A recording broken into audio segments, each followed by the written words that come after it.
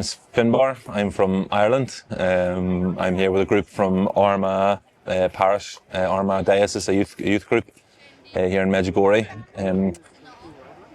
This is my first time in Medjugorje, and I'm really looking forward to taking the opportunity to hopefully deepen my faith, to get closer to God, to learn more about what happened here in Medjugorje, why it's such a special place. And I hope that it can help me with my own discernment for my future, for where God wants my life to go. And I also hope, as one of the older members of the youth pilgrimage team here, that maybe I might be able to offer some words of encouragement, that I might be able to help others deepen their faith through prayer and through sharing some of my own testimony of my faith journey to date. And I think that's really going to be a really special time for the group.